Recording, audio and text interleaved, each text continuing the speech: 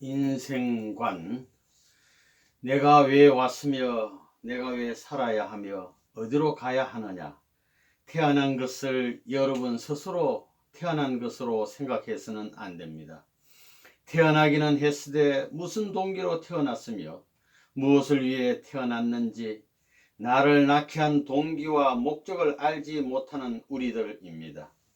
나기는 났으되 내가 나고자 해서 난 것이 아니요 살기는 살되 내가 살고자 해서 사는 것이 아니요 죽기는 죽되 내가 죽고자 하여 죽는 것이 아니라는 것입니다. 그런데 자기를 들어 무엇을 자랑할 것이냐. 자기 자신이 나고 싶어 나지도 못하고 자기 자신의 그 무엇을 갖고 살지도 못하고 죽음의 길을 피할 수도 없는 자신을 가지고 무엇을 자랑해 보아야 체량할 뿐입니다.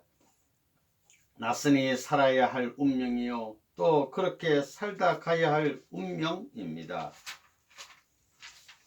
운명은 피할 수 있지만 숙명은 변경하지 못하는 것입니다. 대한민국 사람으로 태어난 것이 변할 수 있어요? 자기 아버지의 아들, 딸로 태어난 것이 변할 수 있어요?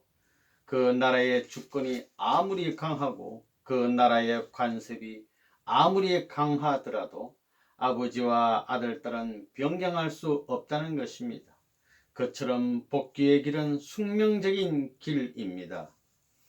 일생을 거친 후에 나는 어떤 곳으로 갈 것인가? 이것이 인간들이 해결해야 할 중요한 문제입니다. 종교도 이 문제를 해결하기 위해서, 철학도 역사도 이 문제를 해결하기 위해서 동원되어 있습니다. 그러니 여러분 자신도 이런 운세에 사로잡혀 이끌려가고 있다는 것을 부인할 수 없는 것입니다. 그러면 어차피 가야 할 나 자신이라 할진대 이 몸은 어디로 가려고 하느냐? 이 마음은 어디로 가려고 하느냐? 또 이 생명은 어디를 향해 기울어지고 있으며 내 심정은 어디로 가려고 하는가? 내 소원 혹은 소망과 이념은 어디로 가려고 하는가? 이 문제를 해결하지 못한다 할지라도 우리는 어차피 가야 할 운명에 놓여 있는 것입니다. 우리가 살다가 죽는 날 이 몸은 흙에 묻힘으로써 끝날 것입니다.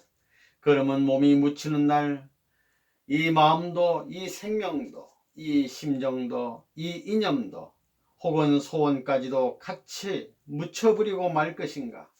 사라져 버리고 말 것인가? 여기에 확실한 내용과 확실한 해결점과 확실한 목적관을 세워놓지 않는 한 이는 불행한 사람이 아닐 수 없는 것입니다. 태어나기를 왜 태어났느냐 하는 문제, 하나님이 인간을 왜 지었고 천지 만물을 왜 지었느냐 하는 문제, 그 결론은 간단합니다. 하나님도 사랑의 대상이 필요하기 때문에 사랑의 대상으로 인간을 창조하신 것입니다.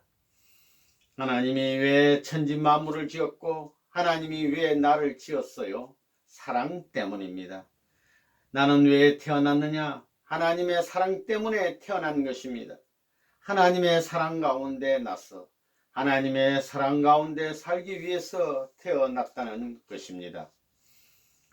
인생의 목적은 성숙하여 하나님과 영원한 참사랑의 관계를 실현하는 데 있습니다. 바로 이것이 하나님과 인간 사이에 평화를 이루는 근본 원리인 것입니다. 우주의 중심은 무엇입니까? 그것은 부모와 자식입니다. 즉 부모와 나입니다. 하나님과 나라는 것입니다. 하나님은 아버지, 나는 아들입니다. 인생의 궁극적 목적은 아버지를 찾아 뗄 수 없는 관계를 맺어 기쁨을 느끼는 것입니다. 사람은 죽는 자리에서 즐겁게 노래를 부르며 죽을 수 있어야 합니다. 그런데 죽음 앞에서 살려고 허덕이는 것은 적자 인생이라는 증거입니다. 우리는 절대성을 중심 삼고 심정의 세계에 있어서 흑자 인생을 살아야 합니다. 우리는 무엇을 위해서 사느냐? 절대적인 참사랑, 참사랑을 위해서 살자. 여기에 다 들어 있습니다. 여러분의 마음이 최후에 안착할 수 있는 종착점이 어디냐?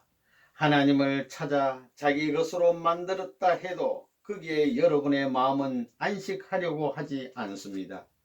마음의 최후의 종착점은 하나님을 점령하고 하나님의 사랑을 점령하는 자리입니다. 그러니 여러분이 하나님의 사랑을 점령하지 못하면 만사가 허사입니다. 사람의 가치가 얼마나 크냐? 하나님이 지팡이를 짚고 천년만년 그리워할 수 있는 존재가 사람입니다. 통일교의 문 선생이 보니까 이것이 우주의 근본이더라는 것입니다. 이것이 안팎관계가 됐으니 종행의 사랑의 세계관이 성립되는 것입니다. 상하관계와 좌우관계가 되니까 종행의 사랑의 세계관이 벌어지는 것입니다. 그 중심에는 하나님이 임재하시는 것입니다. 마음의 깊은 골짜기 자리에 하나로서 단단히 묶어줄 수 있는 그 자리는 종행의 중심 자리입니다. 요걸 묶어놓지 않으면 종행의 기준이 사랑의 이상형으로 나오지 않는 것입니다. 종적인 것이 아무리 있다 하더라도 행적인 것은 나오지 않는 것입니다. 그래서 사람을 이렇게 지을 수밖에 없었다는 것을 여러분이 알아야 되겠습니다. 하나님은 절대적인 창조의 관을 소유한 절대자이기 때문에 절대적인 대상 가치의 존재를 추구하는 것입니다. 이것은 이 땅 위의 피조 만물 가운데 그 무엇을 주고도 바꿀 수 없는 것입니다. 가치로 보면 상대적 존재란 하나님을 주고도 바꿀 수 없는 존재입니다. 상대적 가치란 말이 좀 어려운 말이지만 상대적 가치라는 것은 상대라는 말을 중심 삼고 그 대상의 가치라는 것은 하나님을 주고도 바꿀 수 없는 것입니다. 하나님을 줘봐야 하나님 혼자 되는 것입니다. 하나님으로 남아지는 것입니다. 그렇기 때문에 하나님 자신을 투입하고 하나님 자신의 힘을, 에너지를 소모하는 것입니다. 소모전을 하시는 것입니다. 그래서 하나님을 주고도 바꿀 수 없는 대상의 가치적 존재로 지은 것이 인간입니다. 이와 같이 절대적인 가치의 존재가 인간인 것을 여러분이 알아야 됩니다. 하나님이 그런 관을 두고 가치적인 존재로 인간을 지으신 것입니다. 보이지 않는 하나님의 형상을 우리의 모든 체에 상징적으로 다 투입했다는 것입니다. 눈은 누구를 닮았다고요? 하나님. 그렇기 때문에 얼굴 가운데서 보게 되면 눈은 깊은 데에 있다는 것입니다. 그러면서 모든 걸 관찰한다는 것입니다. 그 다음에 코는 아담과 헤아를 상징한다는 것입니다. 이게 중심입니다. 그 다음에 입은 만물입니다. 행적입니다. 그렇기 때문에 4, 8, 32, 32개의 일을 갖고 있다는 것입니다. 세상 만물을 중심 삼고 사수를 중심 삼고 그 다음에 귀는 사방을 상징한다는 것입니다. 이 목 위는 하늘나라입니다. 하늘나라에 정보처가 있다는 것입니다. 아담과 헤아는 하나님의 아들, 딸인 동시에 하나님의 성전입니다. 이들이 다 장성하여 성전이 완숙하게 지어지면 하나님께서 아담과 헤아 속에 들어와 계시겠다는 겁니다. 그래가지고 다 장성한 아담과 헤아가 하나님을 중심 삼고 성례식을 올리면 하나님과 한 몸이 되는 것입니다. 하나님은 내적인 하나님이 되고 우리 인간은 실체를 쓴 하나님의 몸이 된다는 것입니다. 고린도전서 3장 16절을 보면 너희가 하나님의 성전인 것과 하나님의 성령이 너희 안에 거하는 것을 알지 못하느냐라는 말씀이 있습니다. 믿어서 구원받는 사람도 하나님의 성전이 되는데 본연의 인류의 참된 조상의 자리에 나아가는 그 분들이야 두말할 필요가 없다는 것입니다. 여러분이 신비스러운 경지에 들어가서 기도하면서 하나님 어디 있소 하면 답변이 참 멋있습니다. 여기 있다. 왜 그렇게 야단이야? 그런다는 것입니다. 아침에 밥을 못 먹었나? 밤에 왜 이렇게 야단이야? 하신다는 겁니다. 어디 있어요? 하고 물으면 어디 있긴 어디 있어. 저 깊은 마음 뒤편에 뒷면에 서 있지. 네 마음속에 있지 하신다는 것입니다. 천국이 어디 있다고 했어요? 마음속에 있습니다. 자기의 제일 가까운 선생이 누구냐 하면 자기 마음입니다. 제일 친한 친구보다도 귀한 것이 자기 마음이고 어머니 아버지보다도 더 귀한 것이 자기 마음입니다. 마음한테 물어보는 것입니다. 그 마음에는 하나님이 들어와 계신다는 것입니다. 그 마음의 소리를 들을 줄 알아야 됩니다. 그 자리까지 들어가야 됩니다. 불교로 말하면 자성을 밝혀야 된다는 말입니다. 석가모니가 말한 천상천하 유아독존이란 내가 나한테 물어보면 나에게 하나님이 들어와 있는 것을 안다는 것입니다. 그렇게 되면 못할 것이 없다는 것입니다. 어떤 사람을 척 보면 그 사람이 어떻다는 걸 마음은 대번에 압니다. 벌써 그걸 안다는 것입니다. 그러므로 제일 가까운 선생이 자기 마음입니다. 그러니 그 마음을 괴롭게 하지 말라 이겁니다. 마음을 슬프게 하지 말라는 것입니다. 그것은 선생님을 슬프게 하는 것이요 천주의 주인을 슬프게 하는 것입니다. 마음이 내 일생의 주인입니다. 그러니 마음을 슬프게 하는 것은 내 일생의 주인을 슬프게 하는 것입니다. 마음이 기뻐할 수 있는 길을 가야 됩니다. 마음하고 즐기는 시간을 가져야 합니다. 세상으로 보게 되면 외로운 자리 같지만 마음하고 친구 되는 시간입니다. 마음하고 앉아서 명상이라도 해보라는 것입니다. 깊은 기도의 자리로 들어갑니다. 남 모르는 깊은 세계로 들어가는 것입니다. 그런 것이 필요합니다. 종교 생활은 몸을 주관하는 것입니다. 3년 내지 5년 이내에 습관성을 만드는 것입니다. 그렇게 되지 않고 불편한 자신을 발견할 때는 심신일체를 아무리 바라도 길이 없는 것입니다. 선생님의 제일 목표는 우주주간 바라기 전에 자주간 완성하라는 것입니다. 자기 자신의 통일권을 이루지 못하는 사람이 아무리 세계를 뛰어다녔다 하더라도 자기와 관계를 가질 길은 절대 없는 것입니다. 그래서 금식이라든가 냉수 목욕을 하고 희생과 봉사를 하는 것입니다.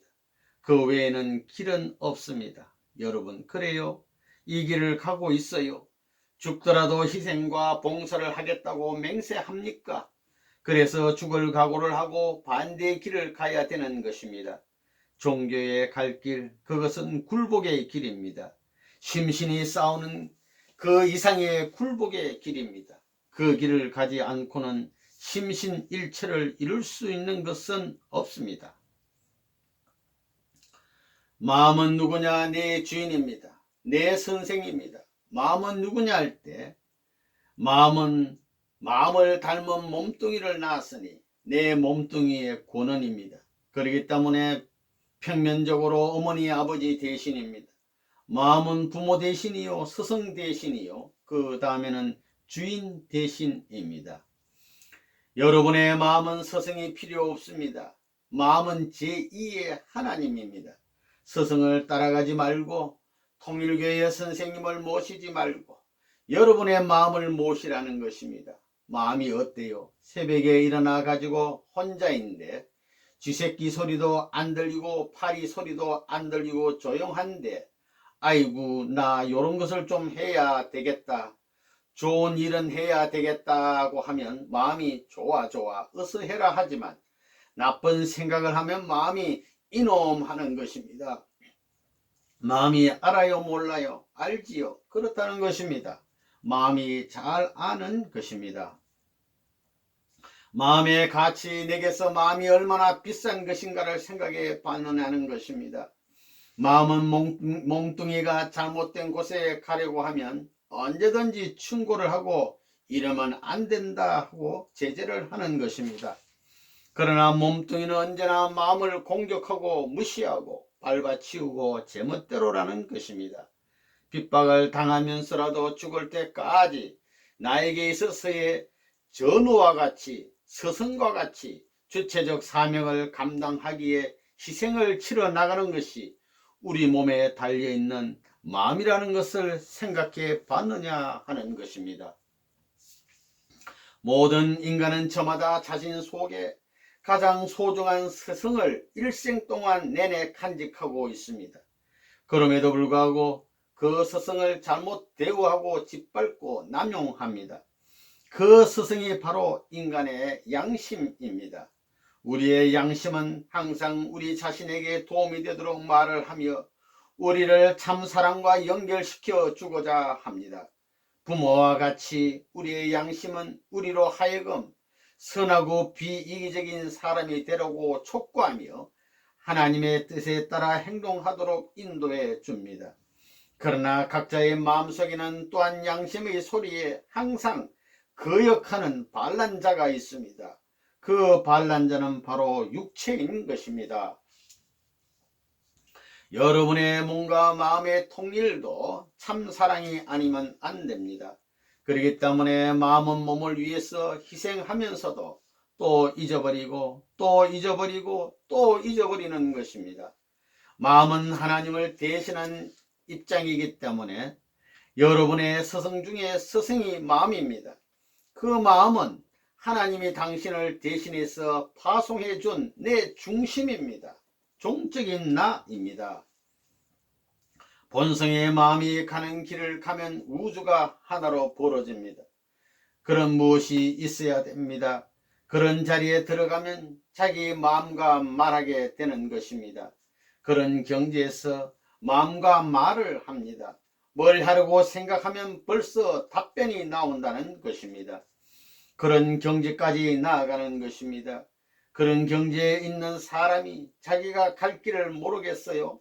벌써 갈 길이 확실해서 우주의 모든 작용의 힘들이 돕는다는 것입니다. 손을 끌고 시험장에 들어가게 되면 벌써 모든 것이 협조한다는 것입니다.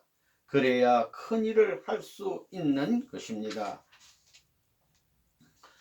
여러분 자신이 내가 어떤 길을 가야 되는지를 알고 가야 된다 이겁니다. 방향을 딱 정했으면 그걸 중심 삼고 있는 정력을 다 투입하는 것입니다. 피곤해 가지고 눈을 뜨지 못할 정도로 귀가 듣지 못할 정도로 모든 것을 투입해야 합니다. 자기 주장할 때는 자기 파괴, 상대 파괴, 하나님 파괴 완전히 분리되는 것입니다. 거기서는 통일적 이론을 발굴할 수 없다는 걸 알아야 됩니다. 간단한 말이지만 중요한 말입니다. 우리가 이상을 찾아가는 최후에는 궁극에 가서는 하나님의 사랑과 종적인 통일을 요구하는데 그 종적 기준이 어서 오라고 당겨줄 수 있는 노름을 하기 위해서는 서로 위해야 됩니다. 위하는 데서 완전히 통일권이 벌어지는 것입니다. 하나 될 수 있고 평화의 기원이 될 수 있는 그 길은 어디에 있느냐? 하나님 자신뿐만 아니라 참된 인간은 위에서 사는 존재라는 원칙을 세우지 않을 수 없었던 것입니다. 그렇기 때문에 참된 사랑은 위하는 데서부터, 참된 이상도 위하는 데서부터, 참된 평화, 참된 행복도 위하는 자리에서 성립되지 위하는 자리를 떠나서는 찾을 수 없습니다. 이것이 천지 창조의 근본이라는 것을 우리 인간은 몰랐습니다. 우리의 본향은 하나님을 위해서 존재하는 자들만이 들어가는 곳이요, 위에서 나고 위에서 살고 위에서 죽어간 사람들이 들어가는 곳입니다. 이것이 우리의 본향의 이상적 구조이기 때문에 하나님은 본향에 찾아오게 하기 위해서 역사 과정에 수많은 종교를 세워가지고 훈련시켜 오는 것입니다. 이제까지의 종교가 온유 겸손해야 되며 희생해야 한다고 가르치는 이유는 영계에 돌아가야 할 인간들에게 영계의 법도가 그렇기 때문에 종교와 지상생활 과정에서 그 연기에 알맞도록 훈련시키지 않을 수 없었기 때문입니다. 그렇기 때문에 고차적인 종교일수록 보다 차원 높은 희생을 강조하고 봉사를 강조하게 되는 것은 평소의 생활을 통해 그 세계에 일치시키려는 데 그 원인이 있는 것입니다. 가정관. 가정은 하나님의 이상이 현현할 수 있는 기점이요, 인류 행복의 현현의 기점이 됩니다. 인간으로서의 일이 다 끝나는 자리요, 하나님도 모든 일의 완성을 보는 자리입니다. 가정이 왜 좋아요? 그것은 부모님의 사랑을 중심 삼고 자유활동의 기지가 되기 때문입니다. 가정은 작은 사회에 입각한 작은 국가입니다. 작은 국가요, 작은 세계요, 작은 천주인 것입니다. 그러므로 가정을 떠나가지고는 아무것도 할 수 없습니다. 이런 가정을 가르쳐 주기 때문에 통일교회가 위대하다는 것입니다. 자녀 사이의 사랑은 어떠해야 하느냐? 무엇을 기준으로 해서 사랑해야 하느냐? 아버지와 어머니가 사랑하듯이 형제들도 사랑해야 합니다. 사랑은 누구로부터 배우느냐 할 때 그것은 부모에게 배워야 합니다. 부모의 사랑, 이것은 자식에게 있어서 절대적으로 필요합니다. 부부의 사랑, 이것은 남편과 아내에게 있어 절대적으로 필요한 것입니다. 형제간의 우애라든가 자녀가 부모에 대해 가지는 효성의 마음도 한 가정에서 절대적으로 필요한 것입니다. 한 집안을 보더라도 그 집안의 중심이 누구냐? 연세가 많으신 분, 즉 정조 할아버지가 살아계시면 그 정조 할아버지가 중심입니다. 운명할 때가 되었다고 해서 가족들이 그 할아버지를 무시하게 되면 종적인 세계를 무시하는 것과 같습니다. 비록 노망했다 하더라도 그 가정의 중심은 정조 할아버지입니다. 먹을 것이 있으면 그분께 먼저 갖다 드려야 하는 것입니다. 아무리 아버지가 그 나라의 대통령이라 해도 할아버지께 먼저 드려야 하는 것입니다. 왜냐하면 아들은 행적이기 때문입니다. 부모와 자녀, 부부 그리고 형제 자매들이 모두 참사랑을 중심으로 합하기를 원하는 곳이 우리의 이상가정입니다. 여기에서 영원한 세계적 평준화가 시작되므로 지상 천국이 출발되는 것이요, 또한 천상 천국도 자동적으로 이루어지는 것입니다. 하나님은 참사랑의 본체이므로 참사랑과 연결되면 모두가 같은 몸이 됩니다. 부모는 하나님을 대신한 살아있는 하나님이고, 남편과 아내는 서로 다른 한쪽의 하나님이고, 아들, 딸은 또 작은 하나님입니다. 이렇게 3대가 참사랑을 중심하고 이루어진 가정조직이 천국의 기반입니다. 그런 기반을 이루지 않고는 천국이 이루어지지 않습니다. 가정이란 우주의 중심입니다. 가정 완성은 우주 완성의 기초가 되기 때문에 가정에서 사랑하는 것과 같이 우주를 사랑하면 어디든지 무사통과입니다. 이럴 경우 하나님은 전체 우주의 부모로서 사랑의 복합적인 중심 자리에 계십니다. 인간은 부자 관계가 있어야 되고 부부 관계, 형제 관계가 있어야 됩니다. 즉 이 세 관계가 한 점에 있어야 됩니다. 그 중심점은 하나입니다. 상하, 좌우, 전후의 중심이 달라서는 안 된다는 것입니다. 이 중심점이 틀리게 되면 상하, 좌우, 전후 관계의 균형이 다 깨진다는 것입니다. 그래서 결국 상하, 좌우, 전후 그리고 하나의 중심점까지 모두 칠수를 이루게 되는 것입니다. 이렇게 칠수를 이룬다는 것은 곧 하나님을 중심 삼고 완전한 참사랑으로 하나 되어 이 모든 전부가 완전히 구형을 이루어 조화와 통일을 이루는 가정이 된다는 것입니다.